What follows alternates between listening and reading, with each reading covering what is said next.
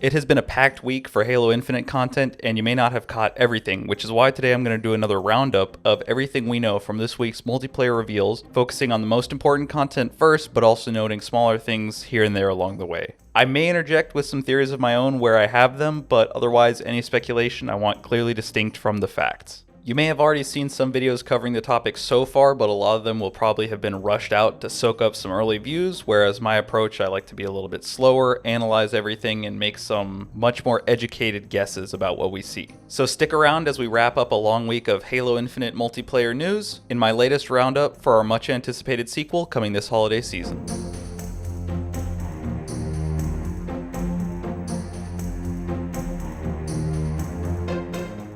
Following Sunday's E3 conference by Microsoft, we did get a post on Halo Waypoint noting that there were going to be some more multiplayer reveals throughout the week, starting Monday and going through to Thursday. Although there wasn't too much new ground broken in any of this week's posts, altogether they did add a little bit more depth of the social experience we'd be seeing in Halo Infinite, and they did flesh out a lot of the content that we saw at E3, as well as in the overview for multiplayer on Monday. With introductions out of the way, I do need to take a quick moment to thank everybody for the love shown in last week's video. Once again, overnight we hit 30 views, which is not a lot in the whole grand scheme of things, but it is extremely motivating and does get me excited to continue producing this content. In case you're here from last week, welcome back, and if you're brand new, I hope you enjoy the content, and please remember to subscribe if you do. In case you do feel the need for more Tapwort content, definitely check out my Twitch channel linked in the description, where I stream Monday nights to kick off a new week of content, as well as a few times here and there throughout the week. Speaking of streaming, I do owe a massive shout out to Blayfort, who reclaimed the top donator throne against Roy's Charm once again. I love you guys both and thank you each, but especially Blayfort in this case for the support. Definitely go check out his channel, that will also be linked down in the description. He doesn't do Halo content, he does Counter-Strike content, but it's really good, and he actually just put out another montage yesterday, which I did do a review of in my stream. One other last minute shout out goes to Asuna for Life, who joined Friday's stream and showed some big love with 2 donations and hung out all night. Alright, so with that ooey gooey Tapwort poo poo out of the way, let's focus on the fun stuff. On Monday we got our multiplayer overview that provided a lot of small details to note. Some are bigger than others, so I picked a few out that I thought were interesting and hadn't necessarily been noted anywhere else that I saw. First of all, the role of sprinting is kind of vague in all the gameplay. It's clearly in the game, as we can see a first person running animation at some points, but at others it seems like we're moving at a faster pace than walking, even though we aren't seeing a running animation. This leads me to question if there may be some kind of third level of movement, such as a tactical sprint where you can walk, run with the weapon ready, or run with the weapon down, which is faster but leaves you vulnerable. The problem is that I really couldn't see 343 making this call, so I'm probably missing something here. I guess it's possible to chalk this up to incomplete animations. The last thing I'll note on the topic here is that nobody apparently sprints from spawn in this segment, which I think is kinda suspicious, since almost any game that features a sprint mechanic, this is where you would see it used. It almost makes me question if 343 may have chosen to somewhat hide the mechanic in the gameplay just to avoid flaring up that debate again. I'm seriously curious if you have any thoughts on the topic and would love to hear what you think. Definitely leave a comment down below and I will get back to you on it. Next up is the fact that armor effects are now going to be pickups that you can manually activate whenever you choose. It does come with the quirk that they can be dropped elsewhere on the map if you don't use them at the right time. I'm actually a big fan of this change because they become more of a power weapon with greater playmaking potential, and you'll be able to use them much more strategically in-game for objective play or in a clutch situation. They do also seem to come with a trail effect, so that if you're fighting someone who's carrying one, there's no surprises if they do end up using it. You are also going to be briefly vulnerable when activating the effect, which means if you whip it out during a gunfight, you are going to be at a disadvantage. Another brand new mechanic we saw in Monday's overview is dynamic vehicle destruction, at least on Warthogs, but presumably on other vehicles as well. In the gameplay, we saw a hood and wheel of a Warthog destroyed that presumably affected its handling and can cause it to become consistently easier to punish a driver who doesn't respect controlled areas. This is a change I never knew I wanted, but seems so obvious now, as Halo has always had a kind of drive-by meta for vehicles that made dealing with them frustratingly difficult in some scenarios without control of power weapons like the Spartan laser. Although there obviously needs to be a balance, I do think that this is a nice change that will make the strategy for Warthog crews a bit more important than the smash and dash approach that has always felt a bit stale to me. On the subject of the Warthog, we did meet its cousin this week as well, namely the Razorback, which will serve more of a transport role in game and comes with a neat little gameplay feature that allows players to stow items in the trunk rack. Apparently able to mount a squad of 4, I expect the Razorback to become the new Mongoose in the sense that it will be the grab-and-go vehicle of choice when assaulting an enemy flag or other objective. The extra seating means more firepower and protection than the Mongoose can provide, and I can't wait to see how it shapes objective modes in Infinite. Before we let our new friend go, I did want to pitch one small idea that I had. That being the ability to mount the Razorback with a detached turret, kind of like we saw George do in Halo Reach. I feel like the lack of infinite ammo from the turret would help balance it and prevent it from just acting like a Warthog 2.0, and it would also add some nice variation and be pretty unique to any other vehicles we've seen in the game so far. Next up, how can you have a multiplayer reveal without showing any maps? What we saw looked great, and although we initially didn't have any info about them, we've since learned that the ones shown were Fragmentation, which feels inspired by Valhalla and maybe Blood Gulch in a way, Recharge, a map that we've seen a bit in screenshots and other gameplay, Live Fire, OMG you guys, Johnson Easter egg! Just kidding, it's cool, but tell me you haven't heard about it a million times already this week. Bazaar, which looks inspired by my all-time favorite Halo 2 level Outskirts, and last but not least, we got Behemoth, where we see quite a few vehicles and the skewer used. The first thing I noticed when I saw all of these in the original overview is that they have very obvious themes and stand apart from one another.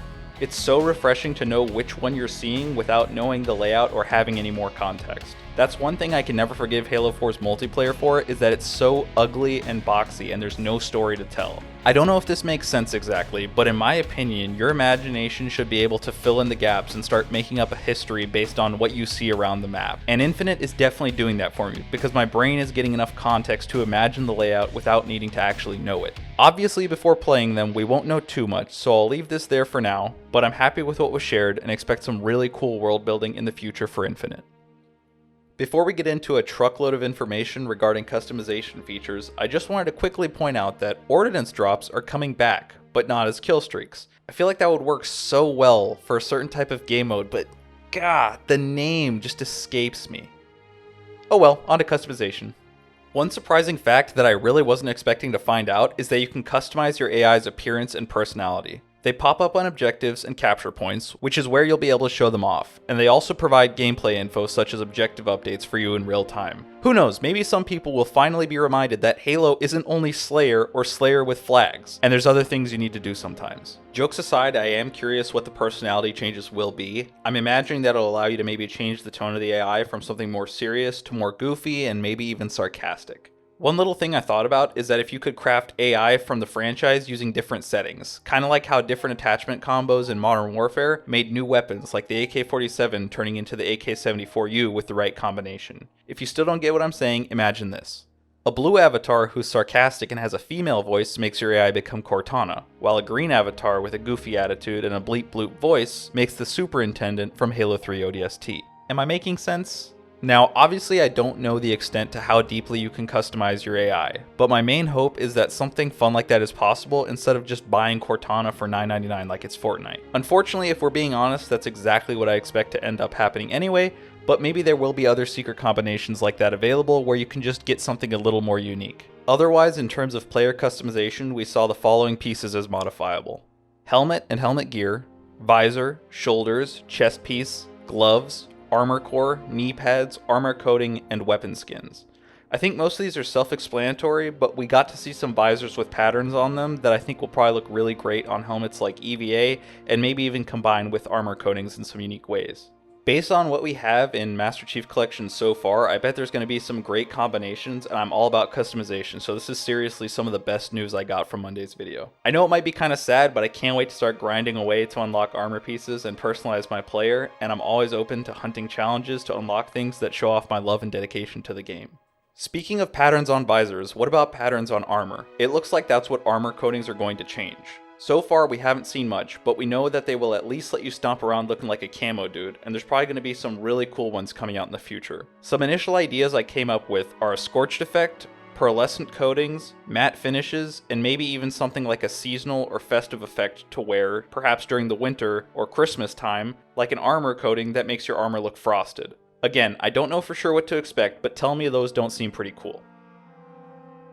Onto weapons and vehicles, which were also mentioned as customizable. I'm not certain if that's only regarding reskins like what we already have in MCC, or maybe if there will be additional cosmetic changes, such as cosmetic attachments, or maybe even changing the color of a HUD on your assault rifle. On the vehicle side of things, I think it would be cool to add a bash bar or spinners onto a Razorback and have them customizable in that way as well. An extra bonus detail we got that might not interest everyone is that customization will apparently be accessible online via Waypoint, where we also saw that challenges can be tracked as well. Hopefully tracking is provided in real time or at least updated at a reasonable speed so that you can keep your phone or browser window open to keep tabs on objectives that you want to complete without needing to go through the submenus constantly to keep up with that. It's a small detail, but going back to how I like to grind games, I hate the way that accessing challenges in MCC works, especially since you get ejected from the submenus almost every time something changes in the background during matchmaking. Customizing body type and voice was also mentioned, which I'm curious about. By body type, I assume it's male, female, and maybe same for voice, similar to Reach. I'm all for inclusivity, but a Spartan with the tapwort body physique is a no-go. Prosthetics will also be appearing for the first time, apparently. For the first time. I love these changes, both for their inclusivity, and they also provide extra depth that lets you make your Spartan really be like you. It's awesome to think that you'll be able to see millions of unique characters all the time that may inspire changes you make to your own. Customization obviously isn't anything new to the franchise, but I love all the new details that they've added, and I can't wait to access them, as I know for sure I'll be making some awesome combos. Speaking of awesome combos, hopefully we are able to save armor kits so that we can keep things fresh without needing to remember everything we picked beforehand, and have the ability to swap back and forth between different ones that we've saved.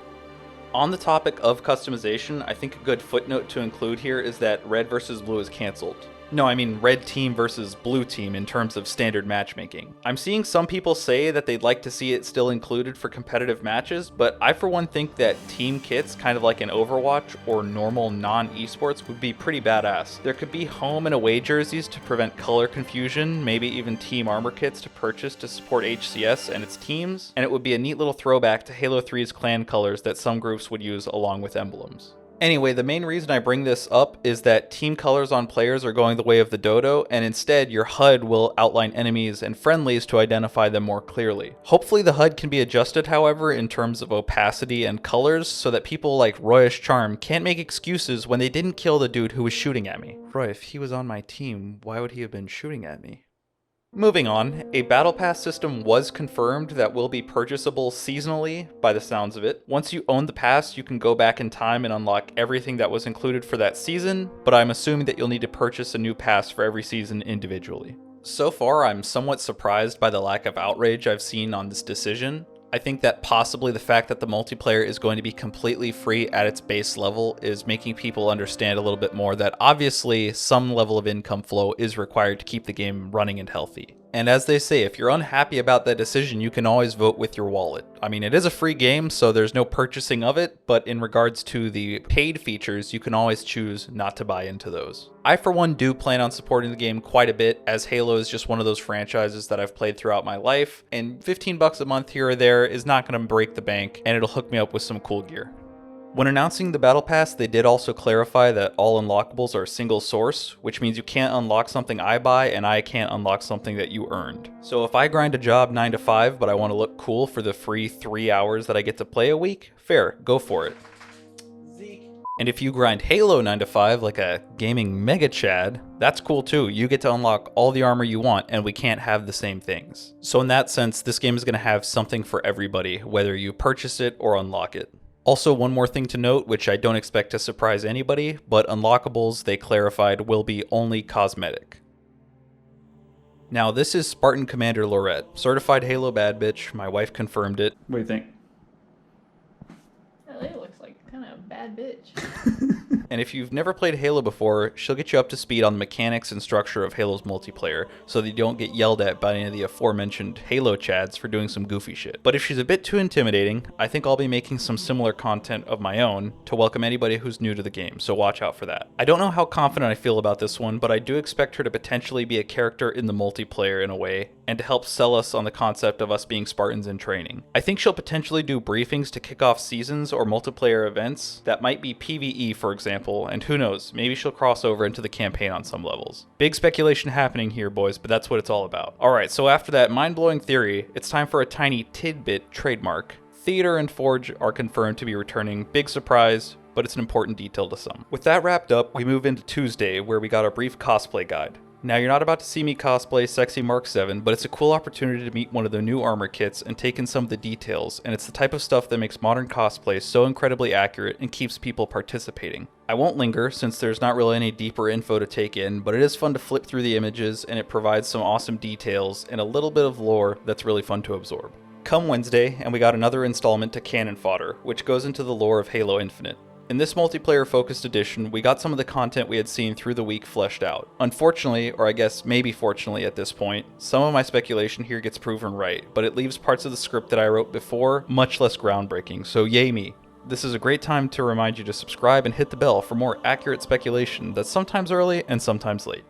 For starters, it's confirmed that in multiplayer you will play the role of a Spartan 4 who's preparing to bring the fight to humanity's foes. This one was probably pretty obvious, but still would have been nice to get that concept out before it was confirmed. We also get a slightly warmer introduction to Spartan Lorette Agrinia, who is a fellow Spartan 4 responsible for training you, and that's all we get. I still expect that she will be used to broadcast announcements and seasons, so hopefully that doesn't get spoiled before my upload on Sunday. Possibly to serve as ice on my bruises, we next get into some details about the armor that we'll come to see in Infinite. We see some close-up and gorgeous screenshots showcasing the Aviator, Zvezda, and Soldier kits, the latter of which shows off some of the helmet attachments and other customization features we'll all come to know in the not-so-distant future. Although they are maybe a touch noisy for my tastes, they do still hit the mark where they're detailed enough to be next-gen and modern, but are purposeful and readable unlike Halo 5 and still give me huge Reach vibes in terms of design. All I can hope for is that 343 doesn't lose sight of the design principles that it's established so far and accidentally return to the messier style we're trying to forget about here. Also, the post doesn't get into this for a while, but I'll throw it in here because it's just a little blurb. But regarding AI, we meet Lumu, who is basically an accountant and no fun at parties.